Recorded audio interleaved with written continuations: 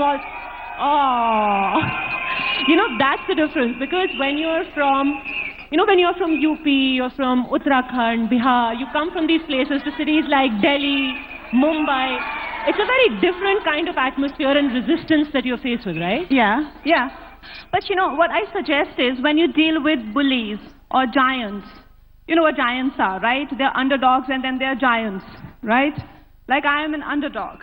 But when I came to the film industry, I was faced with giants, people who are reigning, who are ruling, and I want to probably pretty much want to replace them, right? That's the agenda. So how do you replace giants? You can't fight with them in their language. So here's an analogy. If you are a physically fragile kid, let's say, and somebody is exercising their physical strength on you, say, beating you up. So that bully has mastered that tactic. That bully wants you to reply in that language. So don't use that language. Step back, break down bully's psyche, and use a language that bully doesn't know. There are so many forms of strength.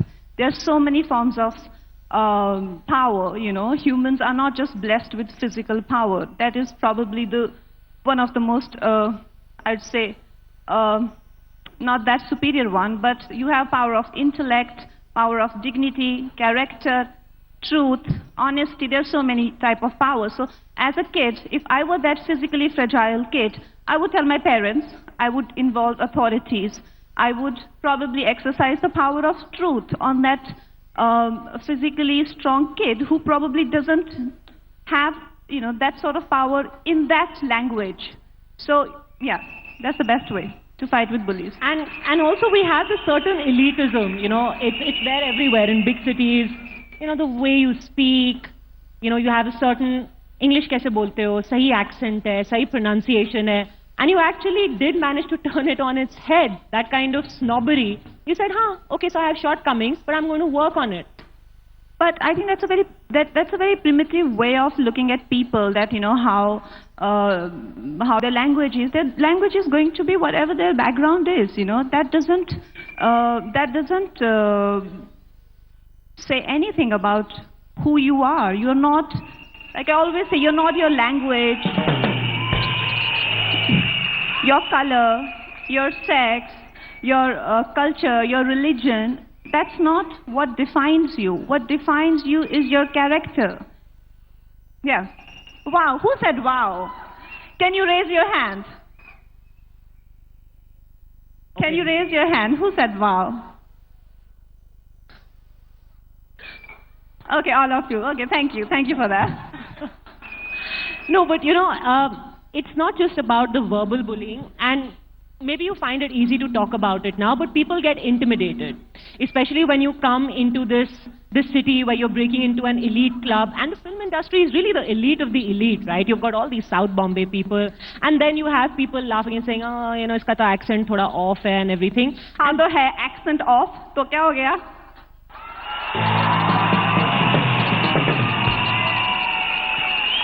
Did you actually face that kind of, this which nak? हाँ, तो क्या हो गया? यहाँ पे इनको मेरा accent fake लगता है. ये लोग जब खुद बाहर जाते हैं तो उनको इनका एक्सेंट फेक लगता है.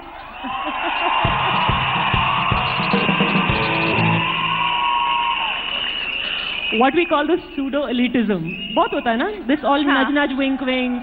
इनको हम यहाँ पे काले लगते हैं. जब ये खुद बाहर जाते हैं तो लोग इनको काला कहते हैं. Did you confront these people and say, मुझे पता है मेरी पीठ के पीछे क्या कहते हो? हाँ? Did you confront these people and say, मुझे पता है तुम मेरे बारे में क्या बोलते हो? नहीं, I think my life is just about me. My life is not who's standing behind me.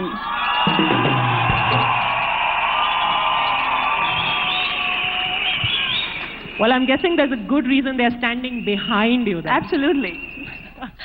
All right, so, then there are things that you ignore. But then when it crosses a line, and it gets physical, what's the breaking point for you where you say, no, this is it. I'm not going to take this from you. It gets physical. You're talking about a physical sort of violence? violence, bullying, intimidation. Yeah, like I just said, I just explained that if somebody is exercising a certain power on you, do not respond in that tactic because the bully is dangling that tactic so that you fall for it.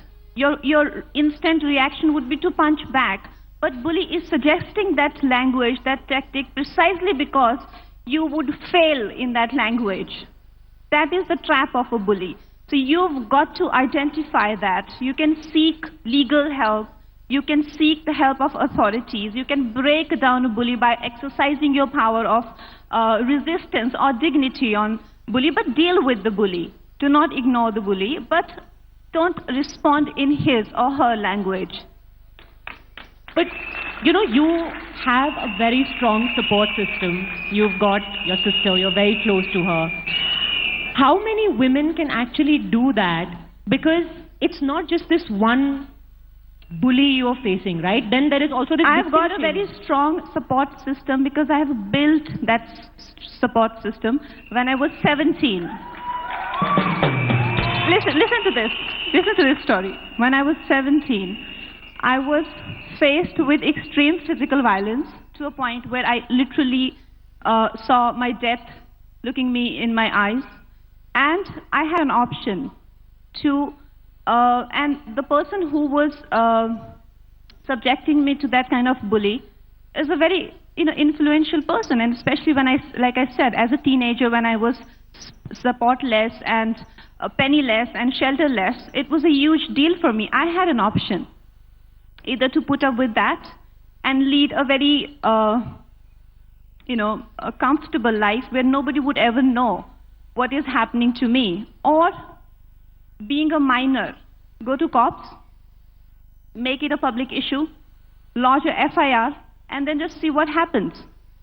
That also meant letting my parents know everything that I was going through, letting the world know about the humiliation and the physical pain I was being subjected to, basically being subjected to all sort of judgments and scrutinies. At 17, I went to the cop station and I lodged a FIR.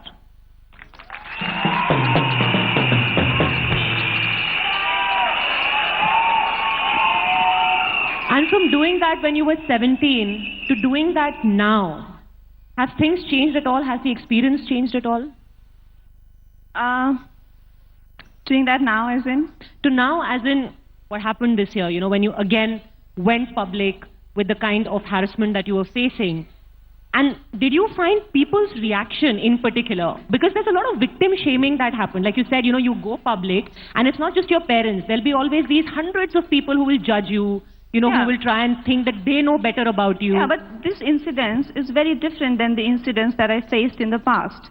This was there was no legal proceedings ever initiated against me. There was a lot of media drama. There were a lot of threats. There was a lot of slut shaming, but there was no case ever filed against me. And there was, like I said, no legal proceedings ever initiated against me. There was no question of fighting a legal battle. But yes, like I said, there were media trials. There were a lot of pressure, like a certain feminist pressure on me to fight and to tell the world, reveal the sob story that I have, but I didn't have any. I was in a consensual equation with an individual, and I felt perfectly capable of dealing with the stuff that was coming my way as an adult. But I was pressurized to a point where I felt like questioning that what exactly is feminism that we're talking about today. Is it fighting for an individual's acceptance, or begging for his acknowledgement publicly? Individual who doesn't have an iota of respect for you, is that feminism? Then I'm not a feminist. Is it feminism that we as women, it is essential for us to save the memories of our love affairs, whether it's sperm-stained panties or a gift that it is given to us by a lover as a potential evidence for the future when he's trying to escape or say no. If that is feminism, I'm not a feminist. if it is feminism to not allow a prerogative of saying no to a man and to making it just a prerogative of a woman, then I am not a feminist. A no means a no. If I can give you all my word today, if anybody, any individual wants nothing to do with me and feels ashamed of me, wants to get rid of me, only thing I'm going to do for that individual is to say goodbye.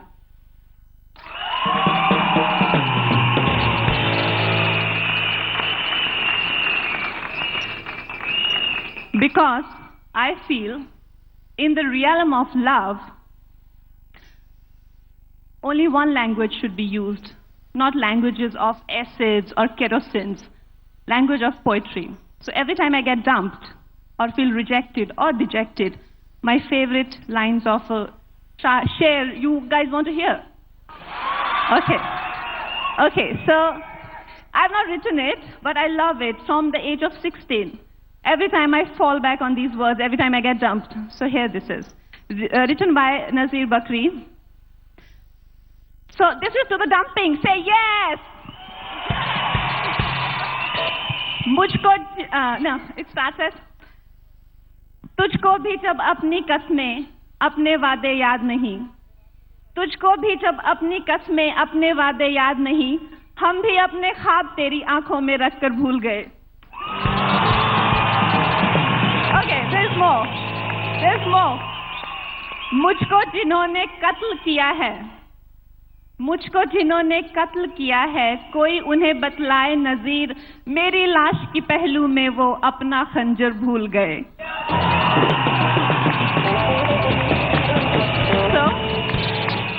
So, coming back to feminism, if generalizing our men and filling them up with a sense of shame and guilt is feminism, then I am not a feminist. Okay, I've been extremely floored by this film called Pink. You guys must have heard a lot about it because I think Mr. Bachchan was there. Okay, so I'm going to talk about it because I think Mr. Bachchan somewhere said that we are a land of rape or something of that effect. I want to tell Mr. Bachchan, we are also a land of artists like shining example of modern men like Mr. Bachchan, Sujit Sarkar and Anurag Roy. These great artists could have invested their creative energies into anything, but they chose to do a film called Pink. Because also because we are a male-dominated society, it is all the more important for us to empower our feminist men more than empowering our. They are the one who's going to lead feminism. And I feel when we have men like Shujit sir, Mr. Bachchan, and Anurag Roy, like I said, they are the ones who are leading the spirit of feminism, and we are so proud of them. Kisses, flying kisses for them. All the men here who are feminists, put up your hands. The rest of the men? No? Not feminists? All right, so who all are feminists here? I know, but who all are feminists here? Oh, great. We still have hope. You told us everything that you're not.